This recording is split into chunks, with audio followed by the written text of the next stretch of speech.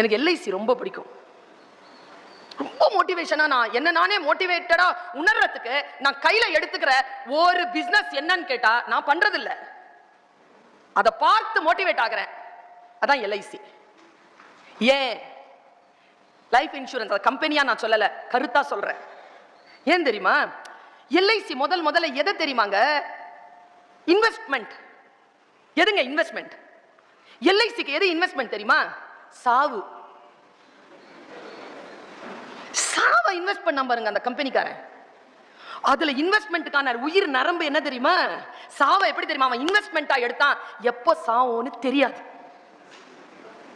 தெரியாதுங்கிற ஒரு மேட்டரை இன்வெஸ்ட்மெண்ட் எடுக்க முடியுமா சார்? தெரியாது, சாவு. இதை இன்வெஸ்ட்மெண்ட் ஆகலாம் பாருங்க எல்ஐசி. நான் ஒன்னு கேட்கிறேன் உங்க கிட்ட, என்னையா விக்கிறீங்க?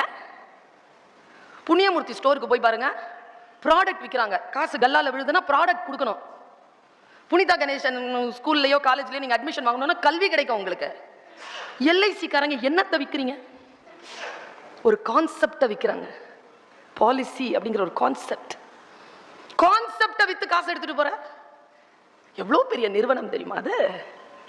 மனிதருடைய வாழ்க்கைக்கு வெளிச்சத்தை பாய்ச்சக்கூடிய பல இருட்டுகளில் மிக முக்கியமா டார்ச் லைட் அடிச்சிட்டு இருக்கிற ஒரு நிறுவனமா நான் எல்ஐசி நிறுவனத்தை பார்க்கிறேன்.